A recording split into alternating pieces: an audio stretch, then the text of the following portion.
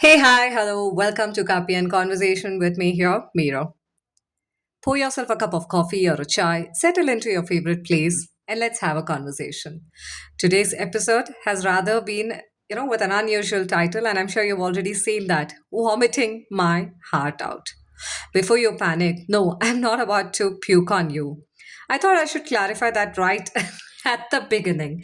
Because if you've ever carried too many thoughts, too many unfinished conversations, too many responsibilities, and too little rest, you might know exactly what I mean.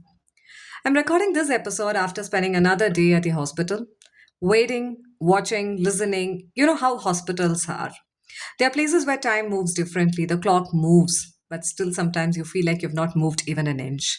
But emotions still sit over there quietly.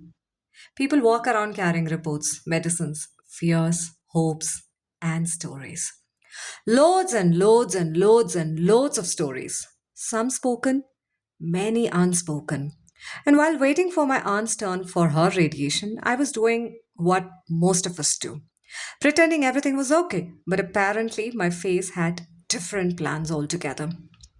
Because a super senior citizen sitting near me, um, she was looking at me and asked, "Why such a look? What happened, Ma?" Um, I just smiled politely. But then I realized she wasn't looking at my nosepin. She wasn't looking at my jumkas. Neither was she looking at the coal-clad kajal around my eyes. Because the way she was looking, it looked like though, but she wasn't actually.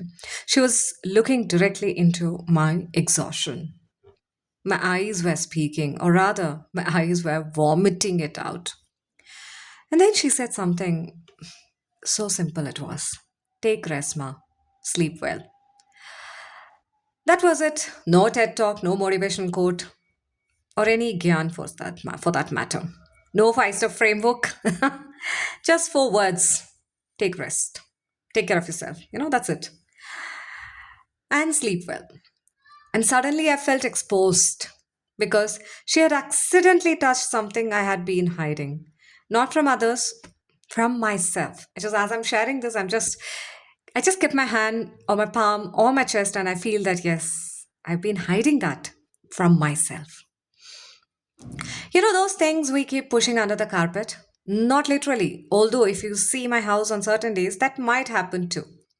I mean the emotional carpet, the one under which keep sweeping unfinished work, unanswered messages, unprocessed grief, those unspoken words, no, unspoken frustrations.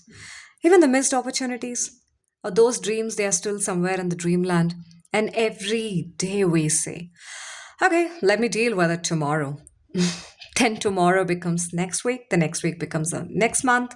And before you know it, you've built an entire ecosystem underneath. I would call it as, you know what, a flourishing civilization, a protected forest reserve, or rather, a bacterial or fungal kingdom or empire. In fact, my mind suddenly traveled back to my college days. Microbiology. Yes, I did my graduation in microbiology, the area which, or the subject that I lovingly chose. I didn't continue though. It reminded me of paramecium. Paramecium? Remember that tiny slipper shaped organism, which many people admired seeing it under the microscope? So did I. I started laughing to myself because I felt like I had been carefully cultivating emotional parameciums underneath my carpet. I don't know why, but that's what I could think of. That is the organism I could think of. Growing them, protecting them, feeding them, creating a culture for future generations to study. And that's when another thought arrived. We can create a culture to study, but can we become the culture itself? Somewhere along the way, I had stopped observing my thoughts and started living inside them. Then my imagination did what it usually does. It went wandering, yours also does, right? From parameciums to neurons, from neurons to spinal cord, and from spinal cord to tangled thoughts. I could almost imagine my nerve cells playing hide and seek, running around, pulling those emotional strings, making my shoulders stiff, making my back ache. Yes, it does. and making my mind cloudy. Do you call this a brain fog? Well, so be it. While my heart quietly sat in one corner, wondering, can somebody please give me a break? Yes. Can somebody please give me a break? Which brings me back to a question. Do we actually rest anymore? Or do we just simply switch screens? We call it relaxation. Mm, but is it so? Sometimes I wonder, are we watching Netflix? I'm not branding Netflix over here. Take that as an example. Are we watching Netflix because we are curious? Or are we using it as a camouflage? A place to hide from the thoughts, waiting for our own attention. Because those thoughts are really clever. They don't disappear, they behave like meerkats. Every now and then, they pop their heads out, look around, wave at us, and then disappear again, waiting patiently. An unfinished conversation, pop, just like the meerkat. A missed opportunity, pop. Just imagine if the meerkat keeps, raising up and down. To me, it's just like that. A regret, it pops. Something we should have said, we didn't, and again it is a pop. Something we should not have said also pops up. Because we don't deal with them, they keep visiting again, yet again continues. Not because they enjoy troubling us, but because they are asking to be acknowledged. Every thought that keeps coming in front of us, in front of our eyes, or even when we shut our eyes, it dances in front of us. It only want it to be acknowledged. Brain fog is interesting. My heart, my throat chokes when I talk about this. It is interesting. People describe it differently. For me, brain fog feels like my brain has applied for a leave. Not necessarily to a beach vacation, not necessarily, neither to the mountain retreat.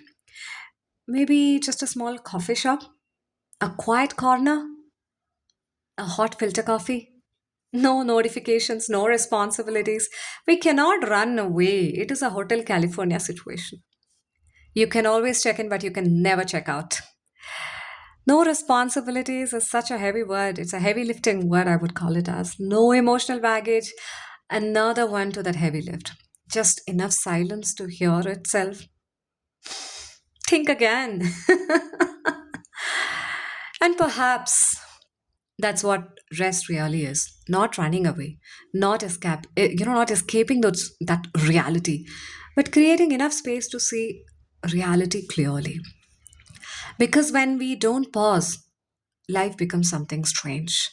It's like constructing a house with anxiety as the window, stress as the roof, and constipation as the front door.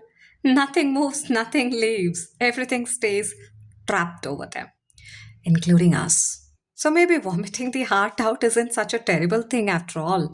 Not literally, though. Don't do that.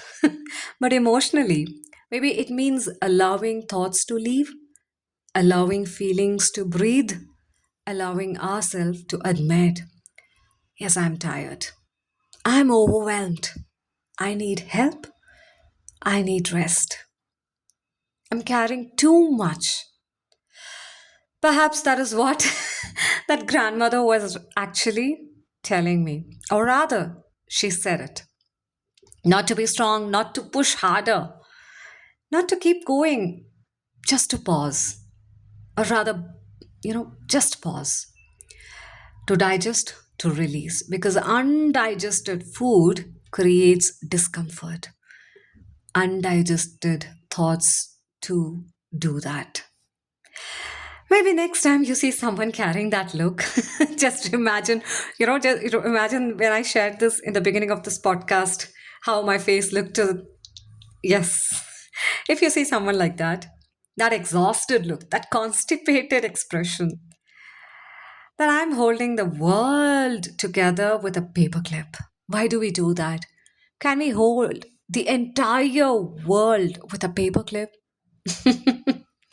That's what we are doing.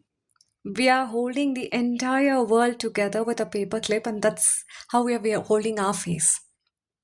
I would say, pause, just check in, just offer kindness, take a call to whom you want to do that.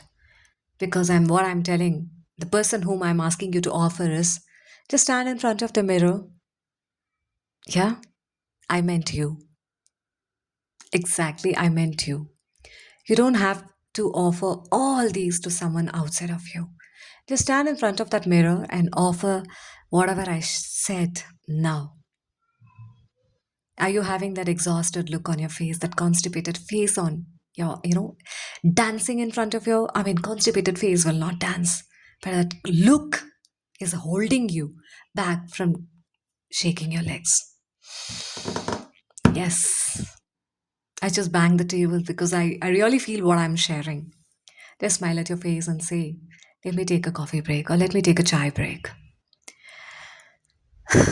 That one sentence is enough. And if today you happen to do, or today if you happen to be that person, this conversation is for you. Take rest, sleep well, clear your tummy, clear your mind. Don't let your thoughts rot.